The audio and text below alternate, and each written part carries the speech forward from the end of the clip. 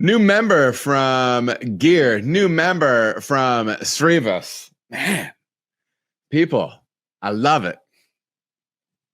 This is beautiful. I'm so appreciative. Thank you very much. Thank you very much. Oh, I was going to take a sip of my beverage. Hey, September. Jump in and post a link for the for the merch store, if you could, please. I don't know if that was already done. Check out the merch, and I'm going to have some new stuff coming too. And if you buy something, get a picture of it on whatever social media. I'm on everything, and then tag me.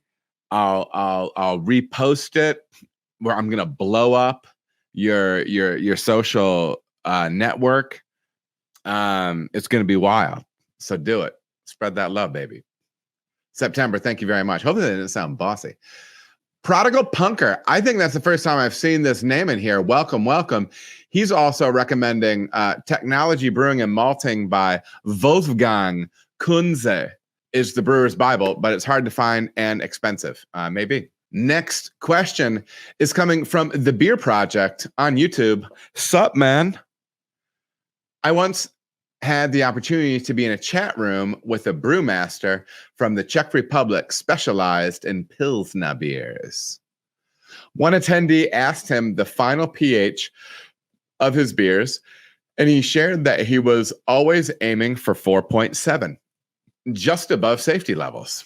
At first, that sounds like he's getting into flabby tasting realm or flabby tasting beers. But maybe the lower attenuation creates a different perception. I don't know. Cheers. I'm gonna weigh in on this without super strong takes.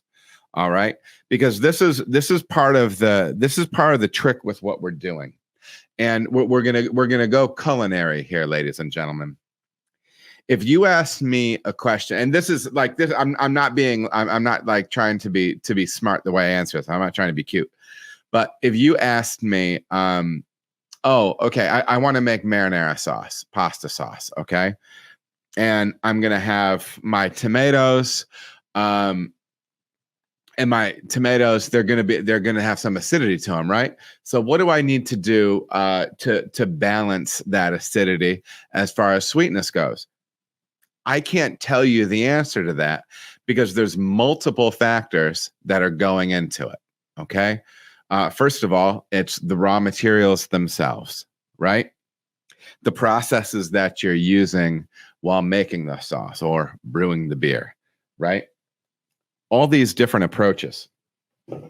And when you really think about it, there's so many variables to different